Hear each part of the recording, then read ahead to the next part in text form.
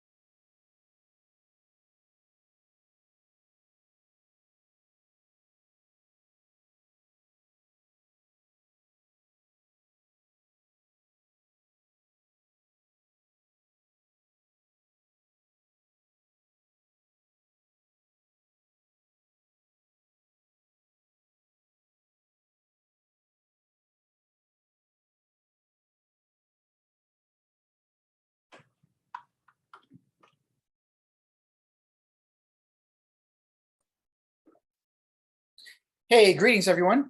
Thanks for joining us this Wednesday afternoon for our September Design Safe webinar.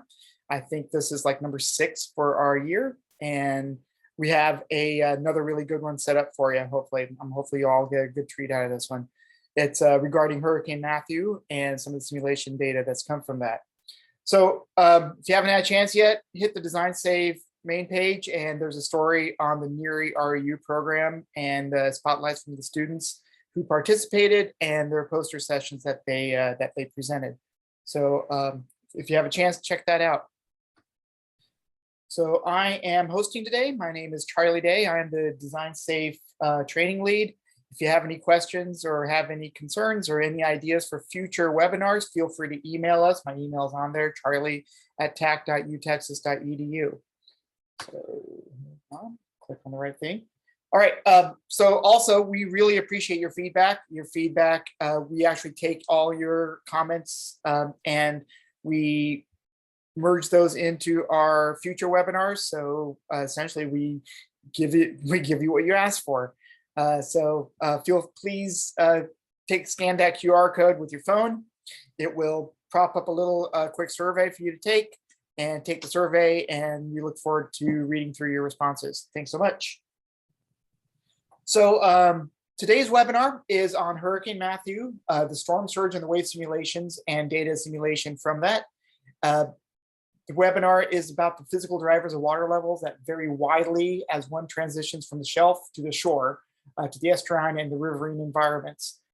So this makes water level modeling in these environments particularly daunting, as you probably all know. However, because the timescales of many of these drivers are on the order of several days, they're relatively easily handled by data simulation techniques.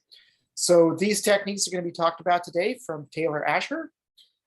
If you're more concerned about, if you more information about this, you can see the paper. The DOI is actually linked there, as well as in the abstract and on the Design Save website as well.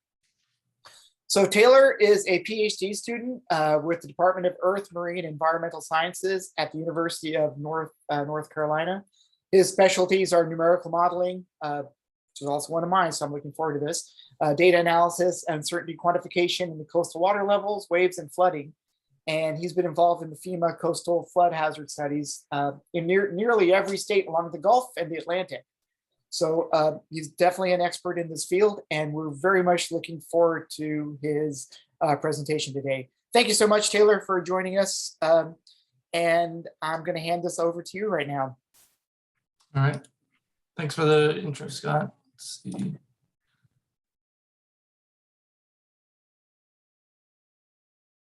we go. Slides up?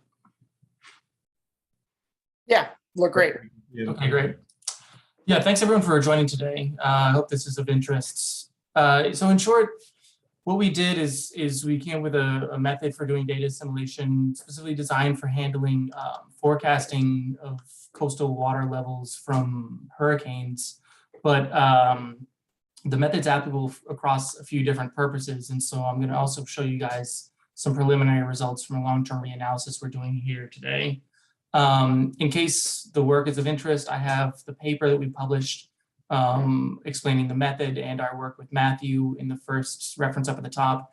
And then also we went ahead and published all the simulation data as well as the code base and everything we used to do the data simulation on Design Safe. And that's what that second publication is there up on the top of the slide. So anyone who wants to actually get in and try to do this themselves, go ahead and check that out. And I have my email address here on the slide too. Feel free to reach out to me if you have any issues with it or anything. So first off, just a quick overview of what I'm going to be talking about.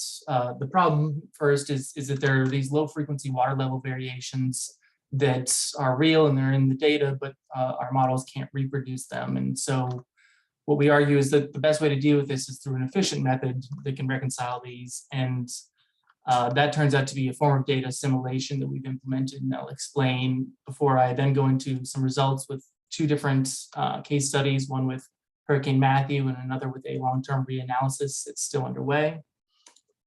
And then towards the end, for the rest of the time, I'm going to, hopefully after having convinced you guys that this is worthwhile, get a little bit more into the details about how assimilation is actually carried out and what that means physically for the model and where this could go wrong and where we're continuing to work on it.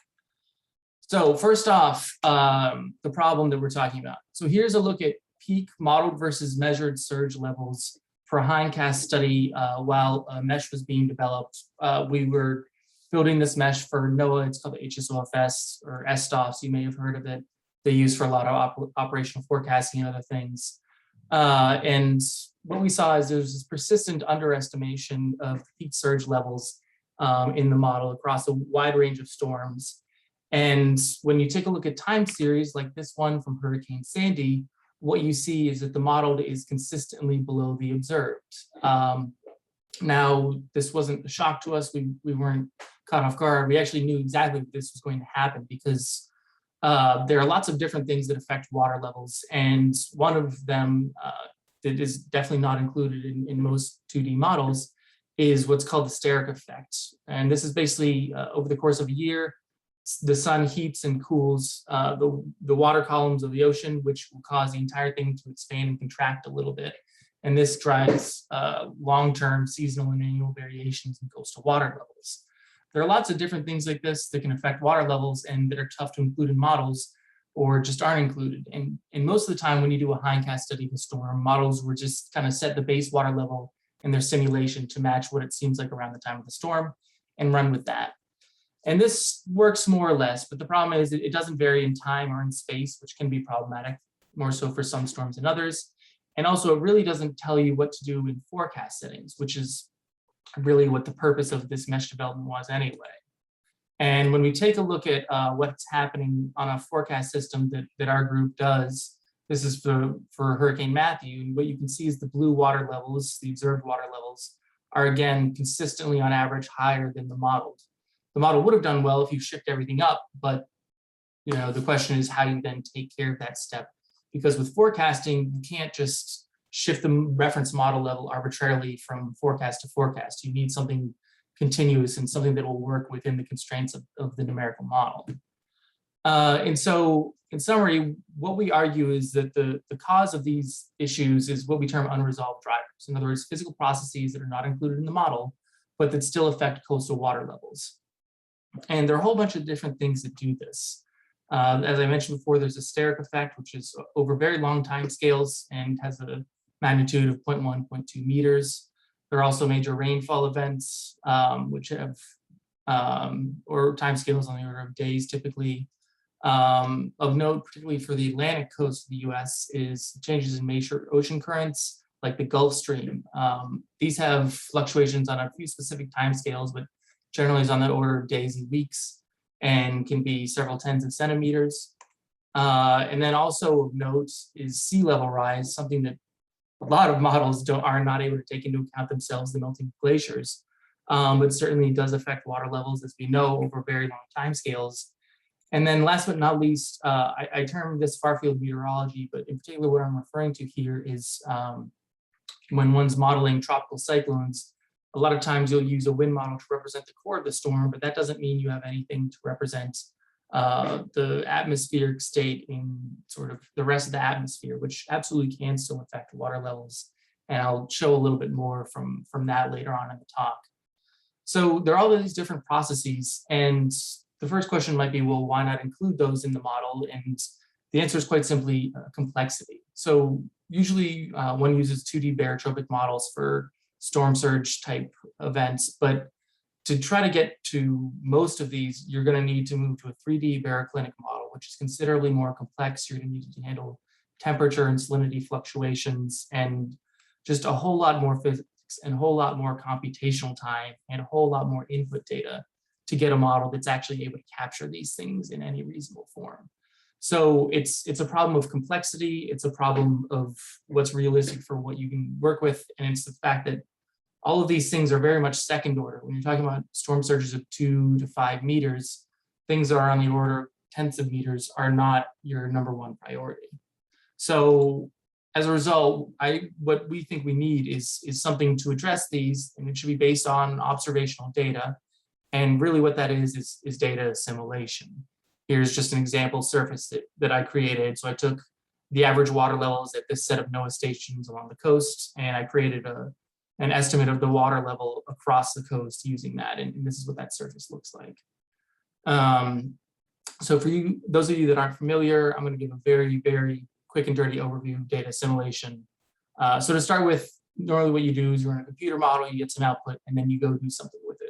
For instance, if it's coastal water level data, you might pass it on to emergency managers when there are storms, port managers for day-to-day operations, lots of different things like that. If you include data assimilation as part of your process, then basically what happens is you take that model output and then you combine that with actual observed data, and through some mathematical algorithms, you can produce a modified version of the output that is accounting for the differences between the data and the model. And so generally should be an improvement on that.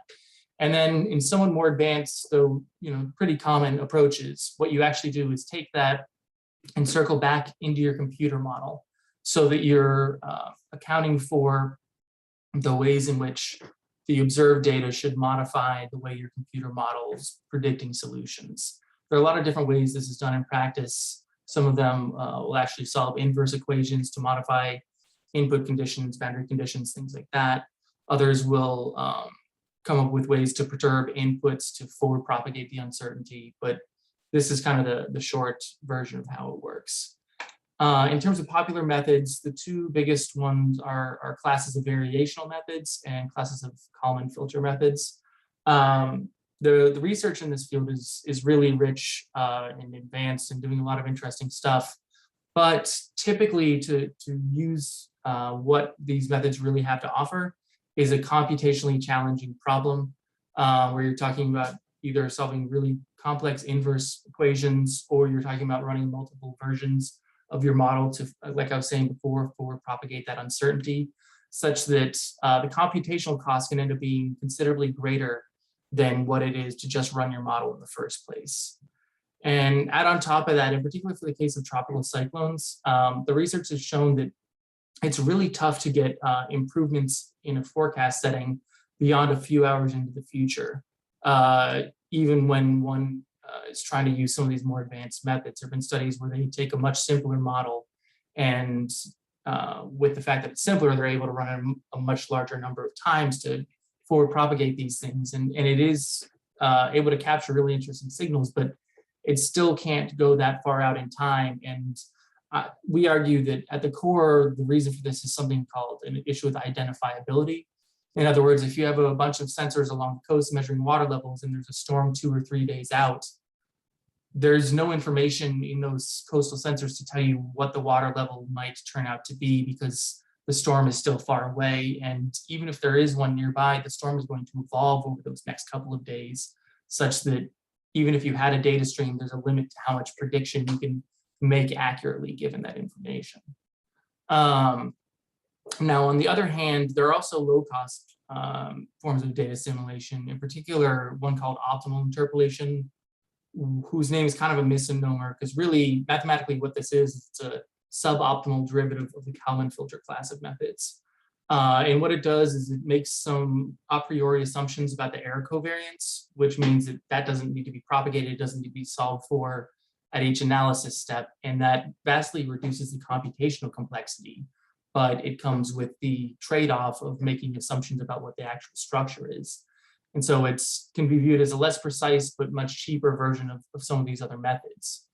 And so that's kind of a feel for some of these different approaches. In terms of what we thought we needed here, well, like I was saying, there are these issues with identifiability in coastal water level predictions, especially for tropical cyclones, and high-grade assimilation methods. While they can be really powerful, they're also really expensive. And so anytime you're in a compute-limited environment, what you end up doing is trading off accuracy in your assimilation method for accuracy in your physics model. And what we've seen is that the physics models do a really good job of capturing most of what drives coastal water level variations, especially ones during storms, during major flooding events. And the computational burden of those, we don't want to reduce too much, because it's tricky to represent all the details that happen in a coastal environment already. So we don't really want to go that route. At the opposite end of the kind of complexity spectrum would be, like I'd mentioned before, if you just did a one-way post-processing step. And there are a few different reasons why this isn't workable. One simple one is that, you know, if you just do it as a one-way process, that means any nonlinearities that would arise through the change in solution aren't propagated through your model, which is perhaps not the worst thing, but it's definitely not ideal. But a bigger issue is that with coastal water level modeling, you're not just predicting how high the water is getting, but also how much of an area it's covering. So as surge comes in, it inundates further and further over land. And if you post-process to shift the water level up and down, you also need to expand or contract the floodplain. And to do that in a realistic way either requires, again, running a model or coming up with some heuristics that in the end are not really going to be that simple. So this step is not really that feasible an option.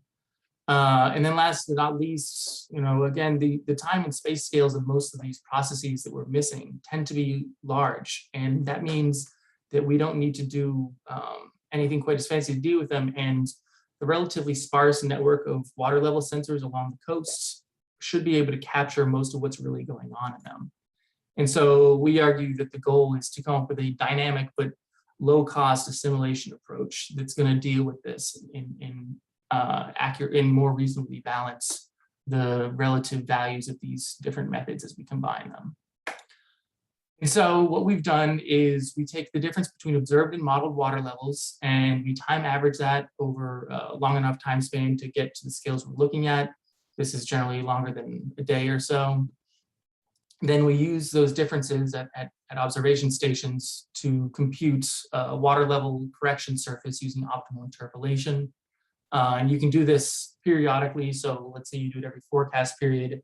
Every 6 hours, you take that past day of water level data and compute a correction surface for that. And so you end up with a series of surfaces, and you can just linearly interpolate through time with those.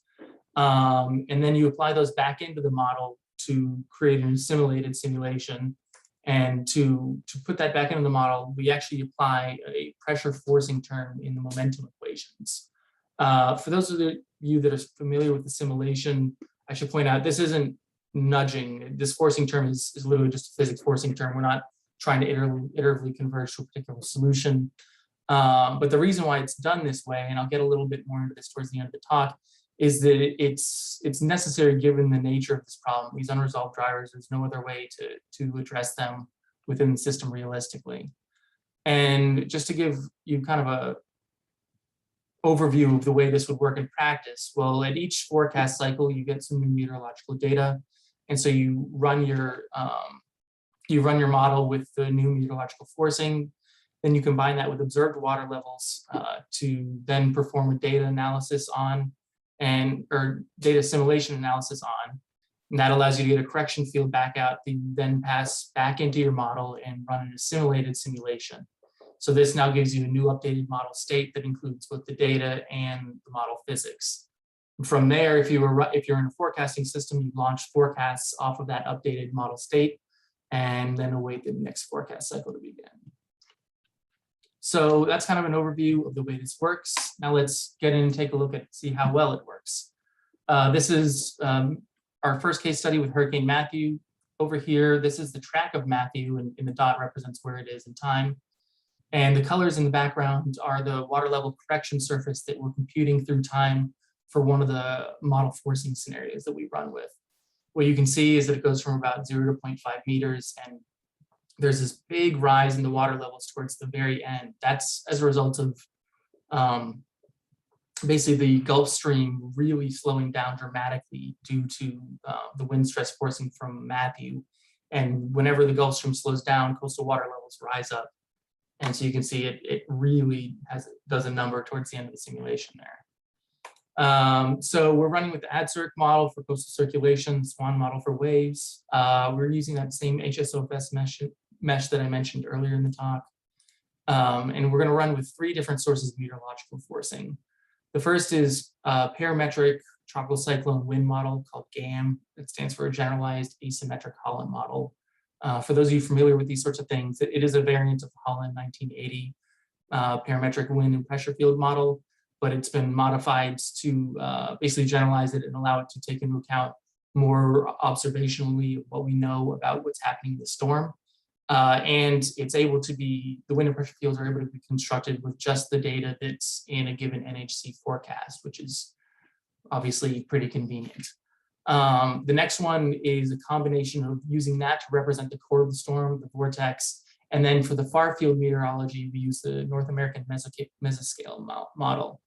And then the last one is a reanalysis set of inputs that comes from a company called Ocean Weather, or OWY, that's pretty popular in our domain and tends to produce really high quality wind and pressure fields. For the assimilation, as I talked about before, we're going to be using optimal interpolation, and the low pass filtering or time averaging is being done over 2 M2 tidal cycles, so a little over a day. We do it on that time scale because that means any phase errors that might exist between the model and measured are going to be canceled out by that averaging time. And as for the data set that we're using 24 NOAA gauges that are located all along the coast from Florida up through Maryland. And then to validate it, we're going to be showing a comparison between our results and what was observed at 129 USGS storm tide sensors that were put out just before the storm hit. So to start off, here's a look at Charleston, South Carolina, the NOAA gauge there. And what we have is the observed water levels in black, and then results from 2 simulations, the GAM, which again is just the vortex model, just representing the core of the storm, and then the reanalysis ocean weather, wind and pressure fields in green. And what you can see is at the start, they both agree pretty well, but as things start to come in, the OWI ramps up a bit more quickly than GAM. And what's going on there is ocean weather has these far field winds included in it, whereas GAM just has this core of the storm.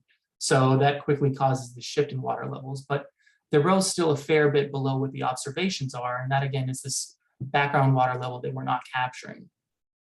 And so when we look at the water level correction that we end up calculating through optimal interpolation, these are the time series from those, and these kind of reproduce the patterns that we were seeing there, where they are initially together, and then once the net forcing comes in, they start to diverge. And as a look at what happens afterwards, this is the results from these simulated simulations. You can see the water levels shift up, and now they do a pretty good job of matching what the observations are. Now, this gap between these two suggests that a lot of what's causing this underprediction in the water levels is just that far field meteorology. And when we run the GAM plus NAM model, which again is the same as GAM, it has the core of the storm, but then it also has those far field winds, we can see that it tracks really closely with ocean weather's results and really far from what just GAM by itself does. So that confirms this notion that between 20 and 30 centimeters of this gap in this underprediction of the water levels is coming from the remote forcing from the far field meteorology, which is a pretty powerful result. Now getting to a bigger picture, here's a look at how we did overall. Now this plot is showing for all 6 of our model runs, three forms of meteorology, and then kind of the baseline runs and the simulated ones, what the error was across all of our different gauges, and they've just been sorted by error so that this looks like a rising plot. Now, the 3 dark lines here are our 3 baseline runs. Those are the unassimilated ones. And as you can see, they're all pretty low, under predicting things. But then once the assimilation is done, you can see correspondence when we go from dark green to light green, dark blue to light blue, the mean error is basically gone. The distribution shifts up to be about centered around 0, and overall errors are considerably reduced. Also notably, there's not a whole lot of difference between the 2 solutions of GAM, one with and one without the far field meteorology. So that again indicates that this method is able to really do a pretty good job of accounting for all that wind and pressure forcing that is absent from the model. And the biggest difference between those 3 is just because there are differences in the wind forcing that comes with OWI versus what comes from the GAM model. And this is at all the NOAA sites. When we switch to those USGS validation sites that I mentioned earlier, it really shows the same sort of picture that we can see even more clearly now, that to start off with, there's a much bigger underestimation from GAM by itself without those far field winds, but that once the correction is done, the 3 solutions are all actually really close to each other. The assimilation does a great job of capturing most of the error that was left in the model, which again is these low frequency fluctuations. So this is me finishing up this part of the talk. I'm going to move to our second case study, but I want to remind everyone again, in case you want to read more about how the method works, or if you really want to dig in and take a look at the data itself, then you can go to the Design Safe project and work through things. I really appreciate Design Safe for having this option available. It was one, it's really nice to be able to put everything that you work on out there, so that one, it's just out there. So if anyone wants to take a look, question you, critique, whatever else, it's there. And also the ability to take your entire set of simulations and put them up as you ran them, rather than having to modify them, reduce them down, anything like that. And the same thing with the code base. I was able to take the entire code base and put it up there all as one piece, which means that someone can take the project, copy it, and run it themselves out of the box. It's a really powerful tool, and I really appreciate that it's out there and available, because it really changes what we can do. Okay, so now on to the second case study. This is the reanalysis we're doing. It's still in progress, so I'm just going to be presenting prelim results today, but it's a 41-year reanalysis being run on 3 different meshes. One is a coarse mesh of the US and Gulf, which is the results I'm going to be showing today. The second is a more intermediate resolution mesh, which is the HSOFS that we use in the Matthew study. And then the third they're running on is a higher resolution, but smaller domain mesh focused on Virginia, Maryland, and Delaware. In terms of model forcing, it's again using AdCirc, and it's running with just tidal forcing plus ERA 5 wind and pressure fields. For the assimilation, it's similar to what was done in the Matthews study, where they're assimilating every 24 hours, or they're assimilating with a 24-hour low pass water level data set and using 54 gauges that run along the coast from Texas through Maine. Here's a look at just one time series at Atlantic City, New Jersey. Black here is the observed water levels. And then the blue is the modeled error time series, so modeled minus measured, and the green is the low pass filtered version of that.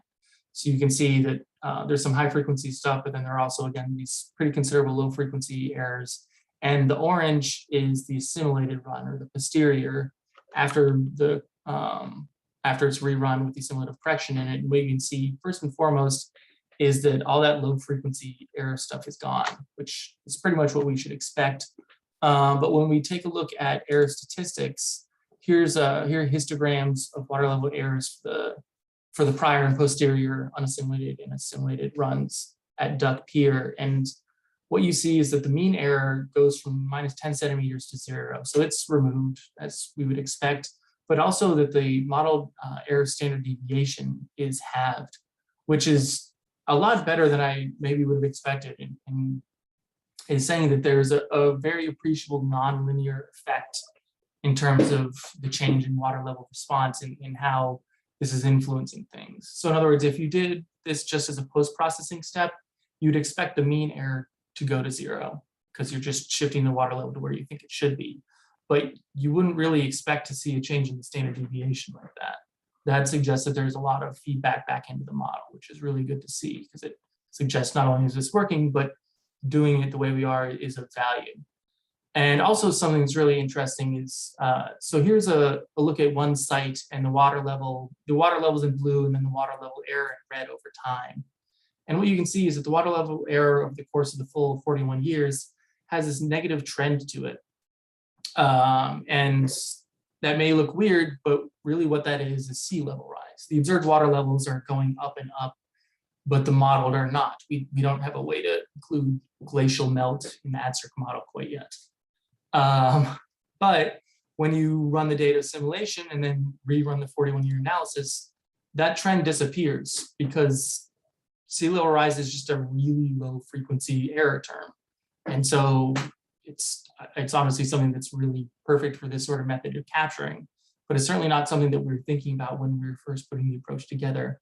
But it just shows the power of the sorts of physical processes that you need not go after while still, capturing the important parts of the signal that you want with this sort of approach. Now, in terms of why the reanalysis is being done, there are a lot of different uses for these sorts of data sets.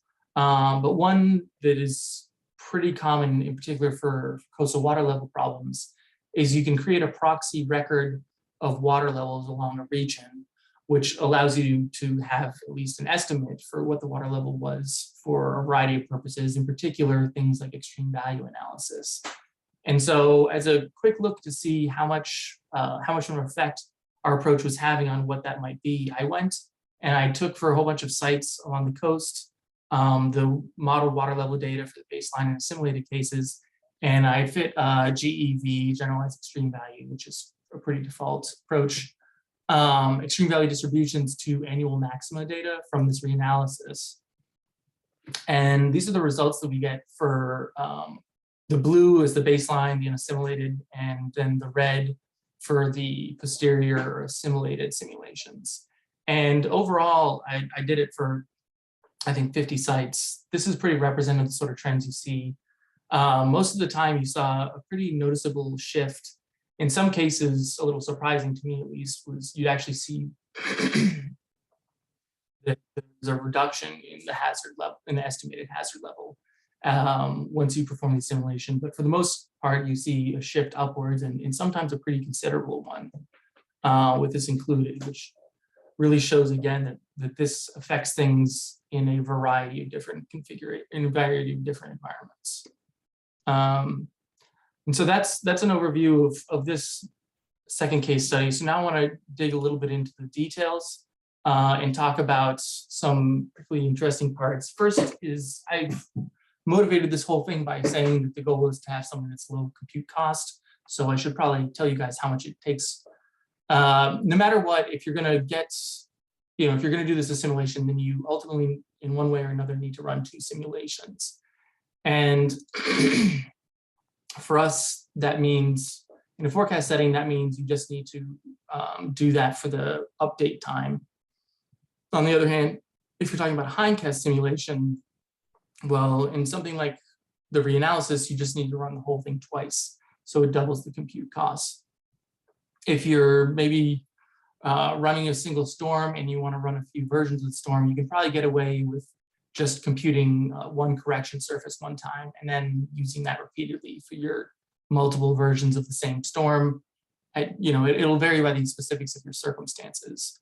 But specifically in a forecast setting, the increase in computational costs is actually pretty small. And that's because you only need to run both the unassimilated and assimilated for each update interval. So as an example, let's say you're running forecast every 6 hours. And when you do that, you run 5 members forward for 3 days. Well, that means that every 6 hours, you need to run from 6 hours ago till now twice for the unassimilated model and for the assimilated model. That's the only extra computational cost though, because then your actual forecasts, you just run with the assimilated model. So there's no increase in computational burden there. So that means that the increase in computational cost is going to be a couple of %.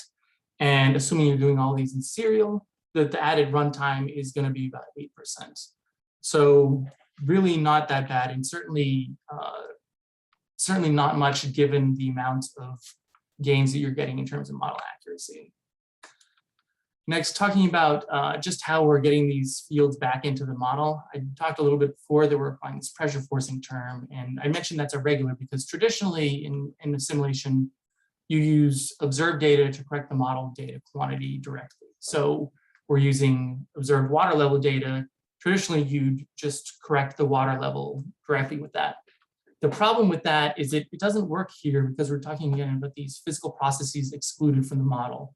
If my model says the water level here and the observed is here, if I just pull the model up to here and then let go and let the model run forward, the water level is just going to oscillate up and down, and that correction is going to dissipate away really quickly because barotropic models respond very quickly to water level perturbations. And there's no force to keep it present. And so that's what we need. We need a force to make this correction.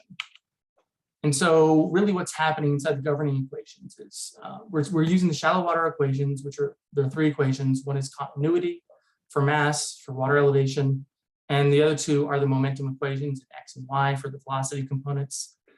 And then mathematically, physically, what the shallow water equations are really solving for, the water elevation is a surface of constant pressure. It's a pressure surface.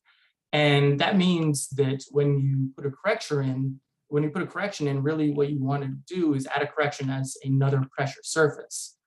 And so we use the very standard and very convenient inverse barometer relationship where a shift in pressure is equal to density times gravity times the height of the water column to create that pseudo-atmospheric pressure correction term.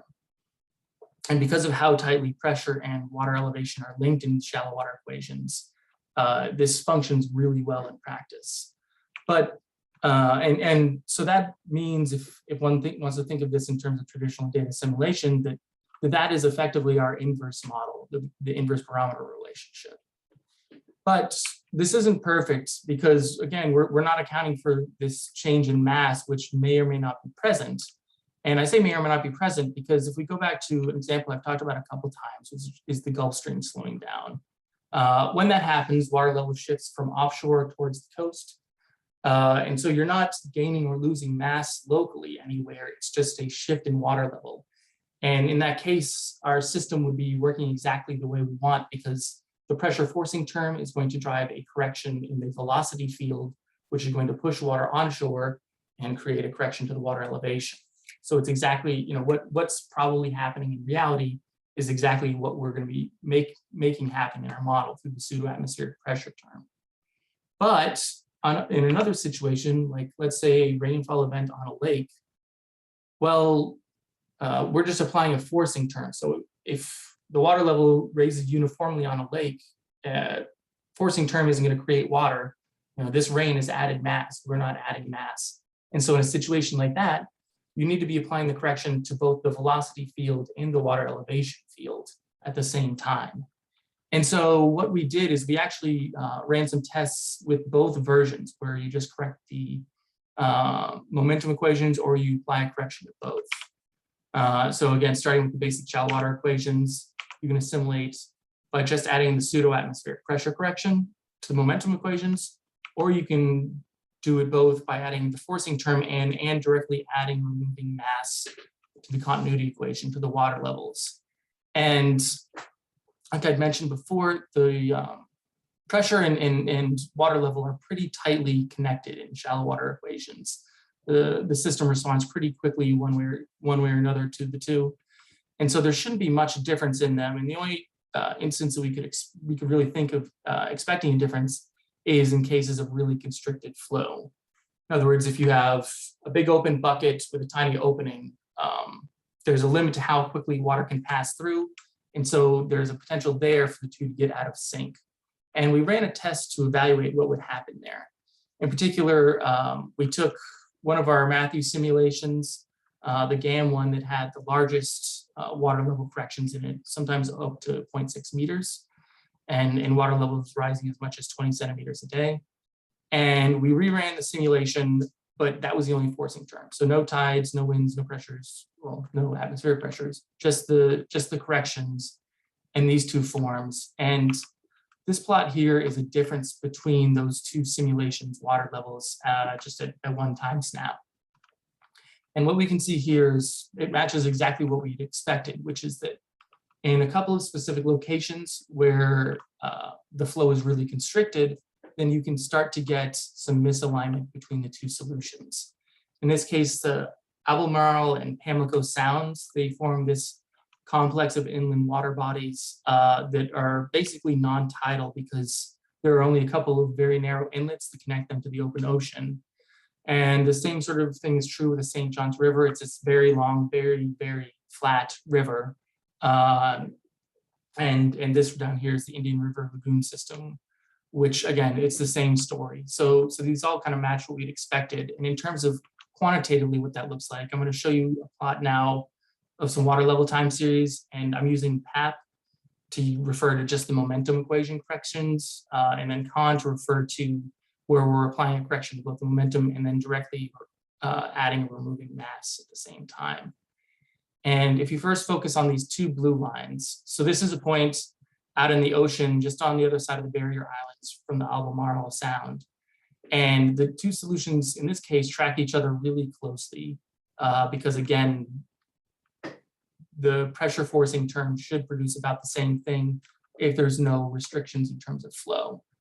But within the Sound, where there's a lot of flow restriction, what we see is that the forcing-based solution lags behind and has a reduced amplitude relative to the one where we're directly adding the moving mass.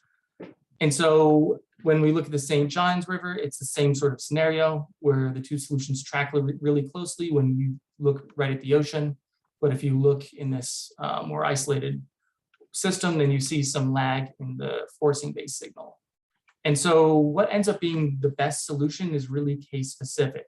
If we're again talking about a case where water level is coming in from offshore as a result of the change in the Gulf Stream or something like that, well then physically what the correct answer probably is this reduced and lagged signal, because the water level is actually going from the open ocean through the inlet and then distributing itself in the estuaries.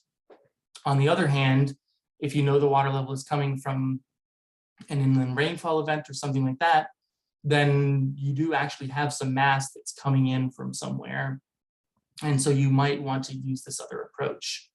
And what's tricky about this is it speaks to the main limitation in our approach as it currently stands, which is the correlation structure in water levels in coastal environments is really complex and inhomogeneous. As a very simple example, if you think about 2 points on either side of a barrier island here, they may only be separated by a few hundred yards, but those water levels are pretty poorly correlated because hydraulically there's very little connection between the two. And so to get a proper mapping of observed water levels at the limited sets of water level stations that are available. Oh, I see someone asking about PAP. So this is a reference to the pseudo atmospheric pressure correction. So again, when I say PAP, I'm just talking about applying a correction to the momentum equations via a forcing term. Sorry about that. Anyway, the correlation structure is really complicated in these coastal environments. And so the tricky part about getting this correct based on just a couple of water level observations is you need to come up with a way to understand how the water level at a handful of observation sites corresponds to water levels in all these other locations that may be more removed from the coast and things like that. And so one of the things that we're continuing to work on is how to answer that question, how to come up with a stationary correlation structure that really captures that. And as an example of that, this is just to look at water levels at 2 sites along the North Carolina coast, again, on either side of the barrier island, after 2 storms made landfall. And one is on the inside, so it's strongly affected by all the rainfall that then came in. So you see this big jump up in the water levels, whereas this coastal site on the other side of the barrier island is not.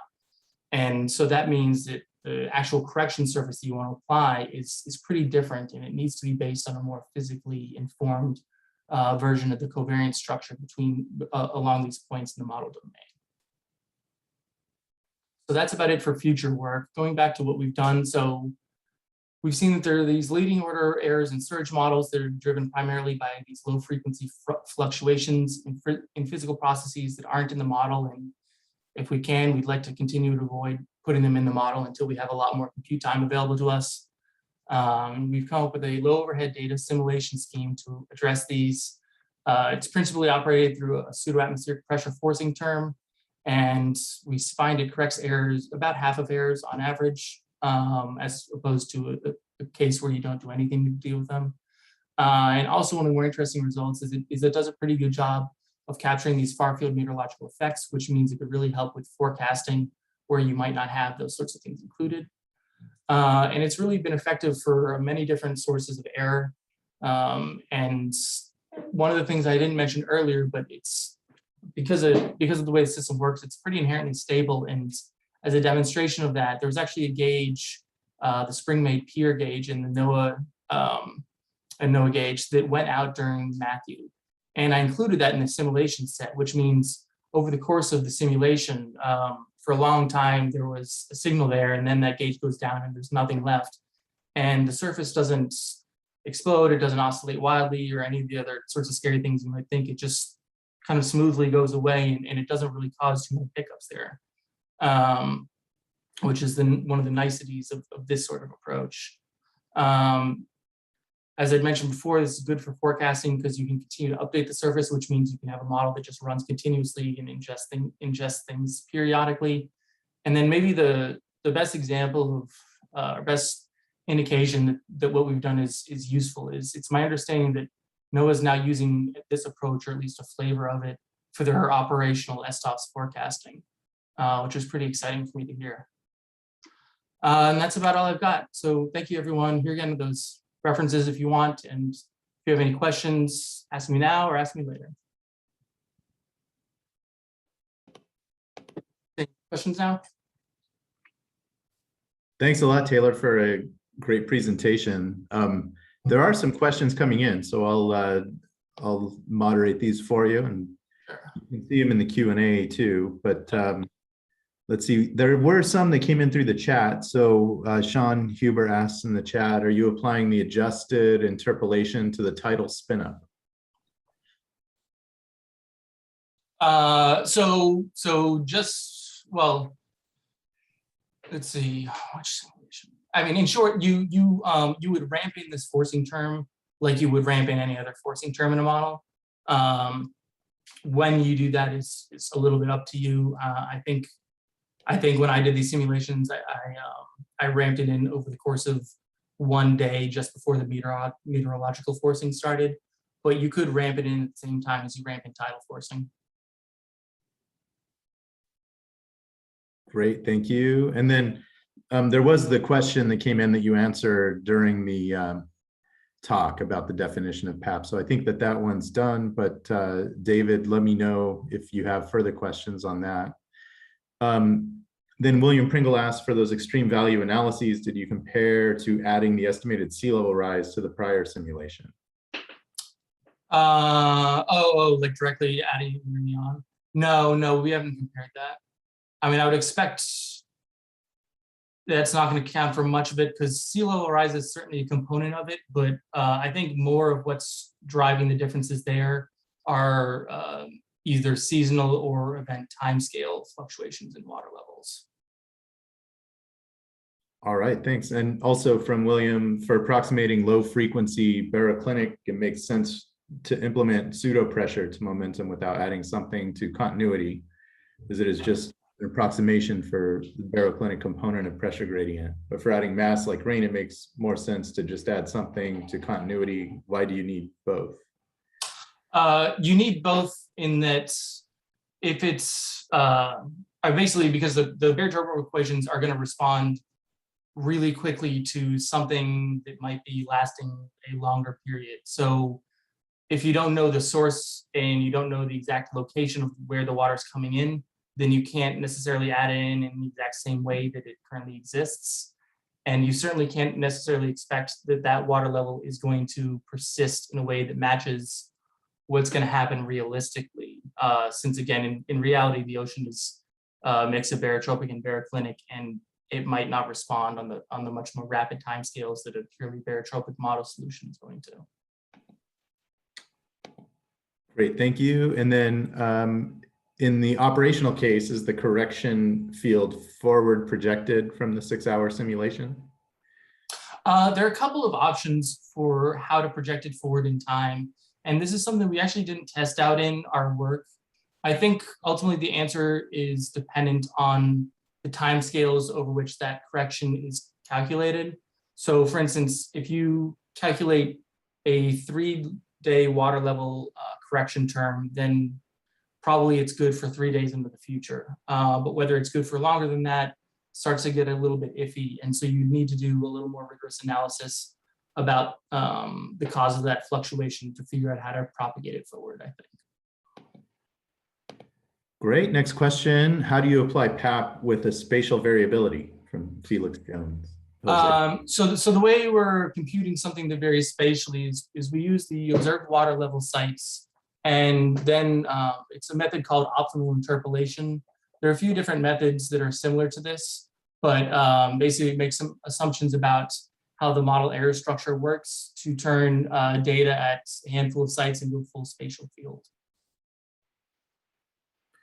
All right, great. And then there's a kind of a two-part question here from David Nolan. PAP is a spatially varying pressure force that drives the model water level toward the low frequency correction.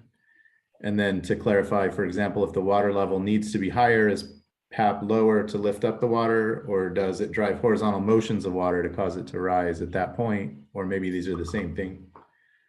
Right. So if we're just applying a correction with the pressure forcing term, because that's applied to the momentum equations, it's going to induce a horizontal velocity in the water column that is then going to move, the elevation of water around. But if we're applying both the pseudoatmospheric pressure correction, so that forcing the momentum equations at the same time as we're also adding or removing water directly into the continuity equation, then you're not actually, the assimilative step isn't really going to be moving water around at all. It's really just putting water where it should be, and then putting this forcing term in to keep it there. All right, great. And questions keep coming in. Feel free to send them if you've got them. So in the Matthew case, you showed the biases and peak surge heights are corrected overall, while over predictions get worse at some places where surges are the most significant. How do you interpret it? Perhaps double counting any effects? Did you have a chance to see how the assimilation changed the standard deviation of the errors? I don't think we saw necessarily that the water predictions got a lot higher in the areas where the surge was the highest. I think it was, I guess I would say they're more independent of each other. In terms of, oh, sorry, what was the second half of that question?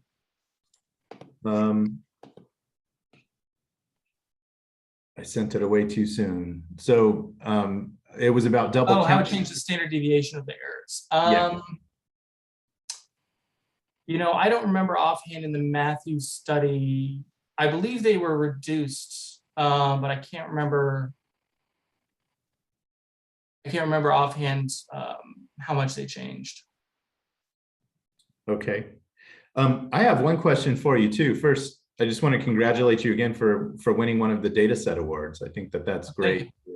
You know, curate these data and make them publicly available. Currently, Design Safe Data Depot is down for maintenance, so I'm glad you didn't have a live demo geared up for us. But I'm just wondering if somebody goes to your project, say, you know, in the near future when the Data Depot is back up and running, what resources are available there in your public project? So it's everything basically. It's all simulated model inputs and outputs from all 6 simulations we did. Including even, I think I even included the title spin up and everything. I really wanted to make it so that someone could, you know, pretty much hit enter and duplicate my stuff. So all the simulations and then also the code base and the data for doing the simulation as well. And I did what I could to annotate everything in a reasonably understandable way. It's one of those things you never really know. So if anyone takes a look and has questions or issues, I would appreciate the feedback, but yeah. Yeah, so in a way, it's not just the data, right? It's like your whole workflow is documented. Yeah, pretty much. That's great. Okay, thanks, Taylor. And then I think that Charlie will close us out. Thanks again for a great webinar. I enjoyed it. Yeah, thank you guys. Have a good one.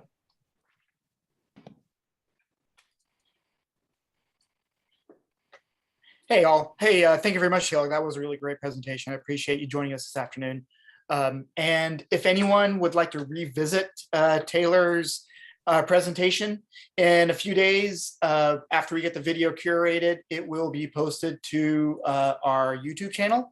You can get there by going to our Design Safe archive, clicking on education and training, and then find all of our past webinars there as well. So yeah, a few days from now, as soon as that video is curated, we'll get that posted up. Also, of course, don't forget, please scan the QR code and take the Design Safe survey on today's webinar. And we really appreciate your feedback. This allows us to exactly give you what you're looking for, give you what you want on future presentations. Also wanted to give you a heads up that in about 2 weeks, we'll have another Design Safe webinar. This time it will be presented by Ellen Rathje, who is our devoted PI on this project. So special thanks to her coming up here soon. And of course, once again, thank you, Taylor, for joining us today. I really appreciate your time, really appreciate your efforts, and thank you for using Design Safe. And of course, thanks to Ellen and Tim, Scott, Dan Stanzione, Hedda, Tracy, Jason, and our organizer, Natalie. If you have any questions, feel free to Slack those to us on the general channel on Design Safe, or email training@designsafe-ci.org, or fill out a ticket on the Design Safe system. Once again, thank you so much for joining us, and we'll see you in a few weeks. Have a great afternoon, everyone.